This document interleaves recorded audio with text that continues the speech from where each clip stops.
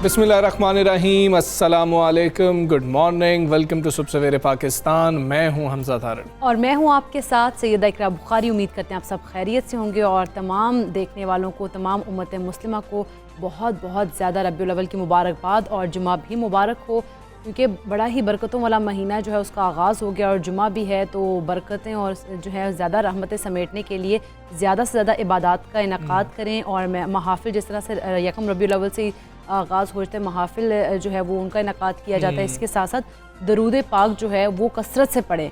और क्योंकि जब आप पढ़ रहे होते हैं दुरूद व सलाम, ख़ास तौर पर रबीउल अव्वल के महीने में, वैसे तो उसकी वो फजीलत है ही, लेकिन रबीउल अव्वल के महीने में जब पढ़ रहे होते हैं और ख़ास तौर पर इसका सवाब जो है नबी करीम सल्लल्लाहु अलैहि वसल्लम की खिदमत अक़दस में पेश कर रहे होते हैं, तो जो इसका सवाब है वो और ज़्यादा हो जाता है। अच्छा, सबसे आसान इबादत भी शायद हमारे लिए यही है कि हम चल रहे हैं, सफ़र कर रहे हैं, फिर रहे हैं, फ्री बैठे सोने लगे हैं, हाँ, सोने लगे हैं, तो हम दरूद पाक जो है वो पढ़ सकते हैं। और ये सबसे आसान चीज़ है हमारे लिए। तो अब अपने जो है थोड़ी सी हम प्रैक्टिस बनाने की कोशिश करेंगे इन दिनों के अंदर। ये बड़ा ज़रूरी भी है सर, ये बड़ा ही अहम महीना है, बड़ा बरकतों वाला महीना है। अगर देखें नबी पाक सल्लल्लाहु अलैहि वसल्लम की आमद का महीना तो ये है ही है। साथ मदीना मुनव्वरा जब नबी पाक सल्लल्लाहु अलैहि वसल्लम गए तो वो भी रबीउल अव्वल का महीना ही था। हज़रत खदीजा से जिस वक्त निकाह हुआ नबी पाक सल्लल्लाहु अलैहि वसल्लम का, तब भी महीना कौन सा था? यही रबीउल अव्वल का महीना था। हमजा, हम देखते हैं जब भी रबीउल अव्वल का महीना आता है तो ऐसे लगता है कि हर चीज़ जो है, हर मतलब के सूरज को देख लें, हवा को देख लें,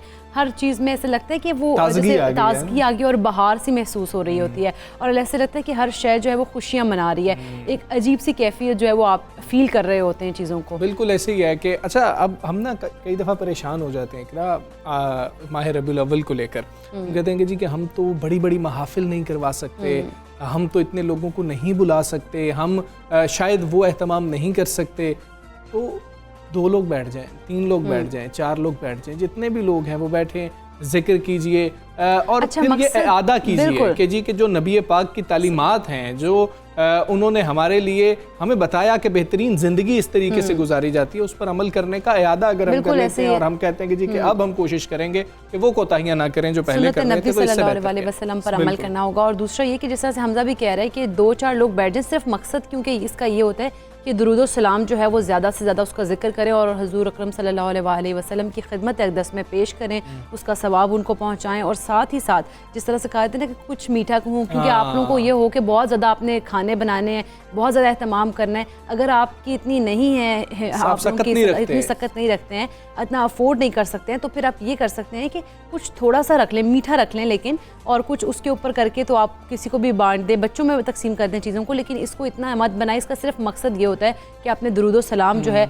या नबी करीम सल्लल्लाहु अलैहि वसल्लम का जो जिक्र है वो बुलंद करना है। बच्चों का जिक्र किया इकरा ने, ये सबसे अहम चीज़ है कि बच्चों के साथ लाजमी तौर पर नशिस्त रखें, उनको लाजमी तौर पर बताएं और वो वाक़यात जो बच्चों की ज़िंदगी में बेहतर जो है कुछ तब्दीली लेकर आ रहे हों, वो वाक़यात जिनसे जो बच्चों के जहनों पर, जो बच्चों ने बचपन में कहानियाँ सुन रखी होती हैं, बच्चों ने वाक़यात सुन रखे होते हैं, बच्चों ने करामात सुन रखी होती हैं, वो तमाम उम्र नक्श रहती हैं। अगर आप मतलब कि हम कहें कि जी के बड़े होने के बाद कुछ चीज़ें पढ़ते हैं ना, शायद आप वो भूल सकते हैं, लेकिन बचपन में जो बातें हमें बताई गई हैं वो आज तक याद है। बिल्कुल ऐसी जिस तरह से वो जो वाक़यात थे नबी करीम सल्लल्लाहु अलैहि वसल्लम की ज़िंदगी में, जिस तरह से वो एक बुढ़िया जो थी वो कूड़ा फेंका करती थी, वो हमारी स्टोरीज बुक्स में होती थी, वो मैं आज तक याद हैं। तो बच्चों को इस किस्म के जो वाक़यात हैं स्टोरी की सूरत में उनको बताए जाएँ, ताकि उनको जो है हमेशा याद भी रहे और वो फिर उसके ऊपर जो है वो अमल भी करें, अपने आप को भी उसके ऊपर जो है अपनी ज़िंदगी को उसके ऊपर चलाने की कोशिश भी करें। और हमारी अगली नस्ल भी फिर इसी तरह एहतमाम करती रहे जिस तरह से माह रबीउल अव्वल का एहतमाम, इस्तकबाल हम कर रहे होते हैं। और अब तो वैसे भी हुकूमत पाकिस्तान ने भी इस बार जो है वो कहा है कि बिल्कुल यकम से जो है 12 रबीउल अव्वल का ख़ास तौर पर जो अशरा इसको रहमतुल आलमीन सल्लल्लाहु अलैहि वसल्लम के तौर पर मनाया जाएगा। और स्कूल्स में तालीमी इदारों में तकारीरी मुकाबले और नात का मुकाबला भी करवाया जाएगा। हम बात ही करेंगे क्रिकेट की इंग्लैंड से, क्योंकि बड़ी खबर आई है और पाकिस्तान इंग्लैंड सीरीज़ मनसूखी का तनाज़ा इंग्लैंड और वेल्स क्रिकेट बोर्ड के जो चेयरमैन हैं लग ये रहा है कि उनको ले डूबा है और अब वो जो है चेयरमैन क्रिकेट बोर्ड नहीं रहे। बिल्कुल ऐसे बरतानवी मीडिया के मुताबिक एन वॉटमोर ने जो है वो चेयरमैन क्रिकेट बोर्ड के अहदे से इस्तीफ़ा दे दिया है और एन वॉटमोर के अहदे की मुद्दत जो है वो 5 साल थी, ताहम वो सिर्फ 13 माह अहदे पर फाइज रहे और उसके बाद उन्होंने इस्तीफ़ा दे दिया। इस सारी सूरत हाल पर बात करेंगे। हमारे साथ मौजूद है senior sports analyst Mirza Iqbal Baig साहब। मिर्ज़ा इकबाल बेग साहब अस्सलाम वालेकुम, गुड मॉर्निंग सर। सर, ये सारा जो सिनेरियो बना है हम तो खासे खुश हैं कि ये शायद उसी की एक कड़ी है जो मामला पाकिस्तान के साथ हुआ था। आप समझते हैं कि वजह बुनियादी तौर पर यही बनी है? वालेकुम अस्सलाम, सुबह खैर हमजा और इकरा आपको भी। मेरे ख्याल में ये वजह तो है, लेकिन इसके अलावा जो एशेज सीरीज का मामला था वो भी काफ़ी नज़रों में था, क्योंकि एशेज और इंग्लैंड और ऑस्ट्रेलिया के लिए तो एक बहुत बड़ी हैसियत रखती है। तो मेरे ख्याल में वहाँ पर भी तनाज़ात थे, लेकिन इयन वॉटमोर जो थे वो सही तरीके से क्रिकेट बोर्ड को, England and well cricket board को चलाने में नाकाम रहे। बाज़ लोग, मेरी जहाँ इंग्लिश जर्नलिस्ट से बात हुई इंग्लैंड में, वो ये कहते हैं कि जो डायरेक्टर्स हैं England and Wales cricket board के, उनका दबाव था और उन्होंने कहा कि आप इस्तीफ़ा दें, जिसकी वजह से वॉटमोर ने इस्तीफ़ा दिया। उसकी एक वजह पाकिस्तान का दौरा भी है डेफिनेटली, कि पाकिस्तान का दौरा कैंसिल किया और आखिरी कील जो ठोकी वो माइकल होल्डिंग ने ठोकी, जिन्होंने कहा कि जनाब ये घुमंडी क्रिकेट बोर्ड है। तो बड़ी तनकीद हो रही थी और जाना तो था, लेकिन England and Wales cricket board की हिस्ट्री में ऐसा बहुत कम देखने को मिला है हमजा कि उनका चेयरमैन जो है वो अपनी मुद्दत पूरी करने से पहले ही रिजाइन कर दे, जबकि उसके तकरीबन 4 साल बाकी हैं। जी जी ठीक है मिर्जा साहब, इस बारे में बताइएगा। चेयरमैन पीसीबी कहते हैं कि इंग्लैंड के बाद आइंदा हफ्ते न्यूजीलैंड से भी अच्छी खबर मिलने की उम्मीद है। क्या दोनों ममालिक आपको लगता है कि अपने दौरों को रीशेड्यूल कर सकते हैं? और क्योंकि इन दोनों जो दौरे थे उनका खास तौर पर मकसद तो वर्ल्ड कप की तैयारी था, लेकिन अब अगर होते हैं तो इसका फायदा भी होगा हमें? देखिए Iqra, England and Wales cricket board के चेयरमैन के इस्तीफे के बाद अब राहें खुल रही है पाकिस्तान के लिए, क्योंकि अब क्रिकेट ऑस्ट्रेलिया 10 मरतबा ये सोचेगा कि पाकिस्तान का दौरा अगर उन्होंने मंसूख किया, किस बुनियाद पर वो मंसूख करेंगे। तो डेफिनेटली फरवरी में ऑस्ट्रेलिया ने आना है। न्यूजीलैंड वैसे ही बैकफुट पर आ गया है। न्यूजीलैंड ने पाकिस्तान क्रिकेट बोर्ड को यकीन दहानी करा दी थी और अब यकीनन नए चेयरमैन जब आएंगे ईसीबी के, तो वो डेफिनेटली पाकिस्तान का दौरा करेंगे, क्योंकि सारे लोग खिलाफ हो गए। इवन वजीर आजम तक को नहीं पता था, प्लेयर्स एसोसिएशन इंग्लैंड की खिलाफ हो गई थी। तो बहुत सारे अवामिल थे। तो मुझे लग रहा है जब न्यूजीलैंड आएगी या इंग्लैंड आएगी, ऑस्ट्रेलिया को फरवरी में आना है, तो ये सारे दौरे होंगे और अल्लाह ताला का शुक्र है। वरना अगर न्यूजीलैंड कैंसिल करके गई थी, इंग्लैंड भी नहीं आता और बड़े मसाइल होते, मॉर्गन वॉटमोर नहीं जाते, इयन वॉटमोर, तो मसाइल पैदा हो सकते थे। लेकिन उनके जाने से अब राहें मेरे ख्याल में खुल जाएंगी। ठीक है मिर्ज़ा इकबाल बेग साहब, बहुत हम देख रहे थे कि प्रोफेशनलिज्म था रमीज़ राजा साहब के अंदर। वो एक मीटिंग का भी तस्करा हो रहा था, रैम्बो कहने पर उन्होंने थोड़ा सा गुस्सा भी किया था, लेकिन कल जो ट्वीट उनके जानिब से सामने आई थी, मतलब इस इस्तीफ़े के ऊपर, आप समझते हैं कि वो इतनी बेहतर ट्वीट थी पाकिस्तान क्रिकेट बोर्ड के चेयरमैन की जानिब से? फिर उस पर उन्होंने माजरत भी कर ली। इस रवैये को आप क्या देखेंगे? कितना इस पर भी काम करना होगा शायद रमीज़ राजा साहब को? देखिए अभी हनीमून पीरियड है रमीज़ राजा का, नए नए आए हैं। 13 सितंबर को उन्होंने चार्ज लिया, तो बहुत तेज जा रहे हैं। मैं पहले भी कई जगह कह चुका हूँ कि अभी मैं उनको कोई क्रिटिसाइज नहीं कर रहा, इसलिए कि let him do the work, काम करें वो। लेकिन बहुत तेज जाना शुरू हो गए हैं। रमीज़ राजा ने एहसान मानी की बिल्कुल मौजूदगी को सरासर भुला दिया है कि एहसान मानी जितने स्लो थे, रमीज़ राजा उसका कंट्रास्ट है, बिल्कुल उसके अपोजिट है।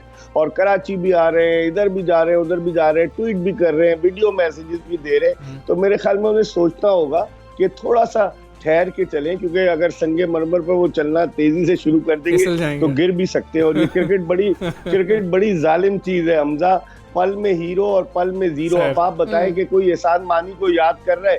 कोई भी नहीं याद कर रहा। इवन जब नजम सेठी ने रिजाइन किया 2018 में, इमरान खान साहब की हुकूमत आई, तो जब वो जाने लगे तो पीसीबी के मुलाजमीन ने नजम सेठी साहब के एजाज में अलविदाई इस्तकबालिया दिया और उसमें उन्हें तहाइफ भी दिए। लेकिन एहसान मानी साहब का क्या हुआ? वो चले गए, कोई पूछ ही नहीं रहा। तो मेरे ख्याल में रमीज को सोचना चाहिए, पढ़े लिखे हैं, वो इतनी तेजी से गए और सारी चीजें अगर अपने हाथ में लेकर चलेंगे तो ये भी उनके लिए बेइंतहा नुकसानदेह होगा। ठीक है मिर्जा इकबाल बेग साहब, बायोसिक्योर बबल में जाना है टीम ने, क्या मुतवक्के तब्दीलियां हैं? और हमें वो पता तो लग ही जाएगा कि जो खिलाड़ी अब मैचेस नहीं खेल रहे होंगे उससे भी थोड़ा सा आइडिया हो जाएगा। आपके पास खबर क्या है कि क्या तब्दीलियां होने जा रही हैं? शोएब मकसूद को लेकर भी क्या हैदर की वापसी के भी चांसेस हैं?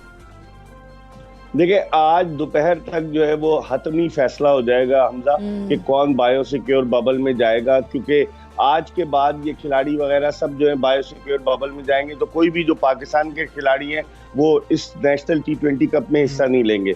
मेरे पास जो इत्तलात हैं, दो बड़े स्ट्रॉन्ग कंटेंडर्स हैं, एक तो शोएब मलिक है और दूसरे शाहनवाज दहानी है।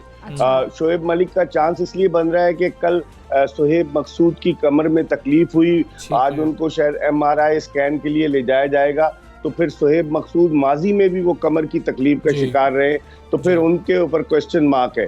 और इसी तरह से हसनैन की जगह शायद ये शाहनवाज दहानी को शामिल करें। एक लॉबी जिसको सपोर्ट कर रहे हैं मोहम्मद रिजवान, वो चाह रहे हैं कि फखर जमान भी टीम में आए और अब देखते हैं कि क्या होता है। लेकिन फिलहाल यही दो इत्तलात हैं, आज दोपहर तक फैसला हो जाएगा कि आया टीम में तब्दीली होगी या नहीं होगी। मिर्जा इकबाल बेग साहब, इसीलिए क्या कल फखर को बहुत डाउन दी ऑर्डर खिलाया गया है खैबर पख्तूनख्वा की जानिब से कि उनकी एक जगह क्रिएट की जाए, लेकिन वो वहां पर शायद जगह क्रिएट हो नहीं सकी, जल्दी आउट हो गए, क्या यही रीजन थी पीछे? नहीं, मेरे ख्याल में अगर उनको ले जाएंगे तो एज एन ओपनर ही ले जाएंगे, क्योंकि आपके पास सिर्फ दो ही ओपनर्स हैं। और आपको याद होगा मोहम्मद वसीम ने जो प्रेस कॉन्फ्रेंस की थी उसमें उन्होंने कहा था कि अगर ओपनिंग का प्रॉब्लम हुआ तो शोएब मकसूद भी ओपन कर सकते। अगर इनके शोएब मकसूद फिट नहीं होते हैं तो फखर जमान से अच्छी चॉइस नहीं होगी। तजुर्बाकार हैं, सीजन कैंपेनर्स हैं, काफी अच्छे से खेल रहे हैं, करंट मैचेस का तजुर्बा है। भारत के खिलाफ रन आपको पता है जो सेंचुरी बनाई थी, जो उनकी किस्मत की यादगार तरीन नो बॉल हुई थी, आपको याद होगा, और उसके बाद वो 100 कर गए थे। हाँ, तो वो 100 कर गए थे, तो यकीनन उनके लिए तजुर्बा जो है उनका वो कारआमद साबित हो सकता है। अब देखते हैं कि पाकिस्तान क्रिकेट बोर्ड रमीज राजा क्या फैसला करते हैं। सारा फैसला रमीज राजा ही नहीं करना है, सब कुछ। और मुझे हमजा जाते जाते आपको बताऊं कि बाबर आजम की कप्तानी भी मुझे अंडर स्क्रूटनी नजर आ रही है। और अब देखते हैं कि आइंदा आने वाले वक्त में T20 वर्ल्ड कप के बाद क्या Babar Azam as a captain अपनी जगह बरकरार रखने में कामयाब होते हैं। नहीं, एज अ प्लेयर तो नो डाउट वो दुनिया के बेहतरीन खिलाड़ी हैं, लेकिन एज अ कैप्टन उन पर एक सवालिया निशान है। चलें, ये हम दुआ करेंगे पाकिस्तान T20 वर्ल्ड कप जीत के आए, कप्तानी भी बच जाए, कप्तान भी बच जाए। बहुत शुक्रिया आपका मिर्जा इकबाल बेग साहब, मेरे पाकिस्तान से आप बातचीत कर रहे थे और बड़ी अहम चीज़ ये सामने आई। और जिस तरह से मिर्जा साहब कह रहे थे कि अब ऑस्ट्रेलिया के लिए फैसला को इतना आसान नहीं रह गया कि हम नहीं आ रहे हैं, तो अब ये जो है ना सोच समझ के फैसला करना होगा। खैर, हम अब आगे बढ़ेंगे, बात करेंगे बलूचिस्तान में आने वाले खौफनाक ज़लज़ले की जिसने हर तरफ तबाही मचा दी थी। और ज़लज़ले में 20 अफराद जो है वो जाँ बहक हो गए, जबकि 300 से ज़ायद ज़ख्मी हुए हैं। रेक्टर स्केल पर अगर हम बात करें तो 5.9 शिद्दत के ज़लज़ले के झटके बलूचिस्तान के बेशतर अजला में महसूस किए गए। हाँ जी, और ज़लज़ले के बायस हरनाई में 150 से ज़ायद मकानात को नुकसान पहुँचा। ज़लज़ले की इत्तला मिलते ही हम कल भी आपको आगाह कर रहे थे कि ज़िले में एमरजेंसी नाफिज की गई, ज़ख्मियों को फौरी तौर पर अस्पताल मुंतकिल किया गया। उसके बाद जो शदीद ज़ख्मी थे उनको कोयटा रेफ़र कर दिया गया था। और ज़लज़ले के तकरीबन 10 घंटे बाद भी इत्तलात मौसूल हो रही थी कि अभी मज़ीद ज़ख्मियों को जो दूर दराज इलाकों से उनको अस्पतालों में मुंतकिल करने की कोशिश की बिल्कुल ऐसे ही। इसके अलावा अगर हम बात करें ISPR के मुताबिक सिक्योरिटी फोर्सेस के दस्ते जो है वो हरनाई के ज़लज़ला मुतासरीन के जो इलाके हैं वहाँ पर पहुँच गए, वहाँ पर उन्होंने मुतासरीन की मदद की और उनका ज़रूरी खुराक पनागाहें जो हैं वो भी मुंतकिल कर दिया गया वहाँ पर। और इसके अलावा आर्मी के डॉक्टर्स और पैरामेडिक्स जो हैं वो ज़रूरी अद्वियात के साथ जो है वो इलाके में भी मौजूद हैं इस वक्त। हाँ, और हम बात कर लेते हैं किफ़ायत अली हमारे साथ मौजूद हैं, क्या है ज़ख्मियों की वो हमें बताएंगे। जी किफ़ायत, आगाह कीजिएगा, ताज़ा तरीन अपडेट क्या है और क्या बताया जा रहा है कि कितने ज़ख्मी हैं, उनकी कितने हैं जिनकी हालत नाजुक है?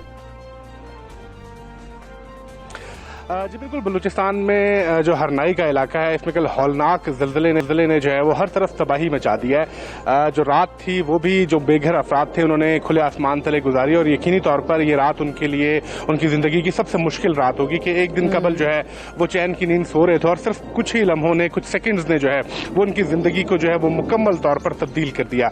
कई ऐसे हमने देखे वहाँ पर घर जहाँ से जनाजे उठे वो लोग अफसरदा हैं, आस पास के जो लोग हैं, अहले इलाका हैं, वो अपनी मदद आपके तहत जो है उनकी दादरसी भी कर रहे हैं। दूसरी जानिब हम देख रहे हैं कि मुख्तलिफ इदारे जो वहाँ पर बहाली के काम में मसरूफ़ हैं, रेस्क्यू के काम में मसरूफ़ हैं, टेंट्स मुहैया किए जा रहे हैं, घर जो इनको बनाने में मदद दी जा रही है। ताहम ये यकीनी तौर पर सूरत हाल जो है वो बहुत मुश्किल है।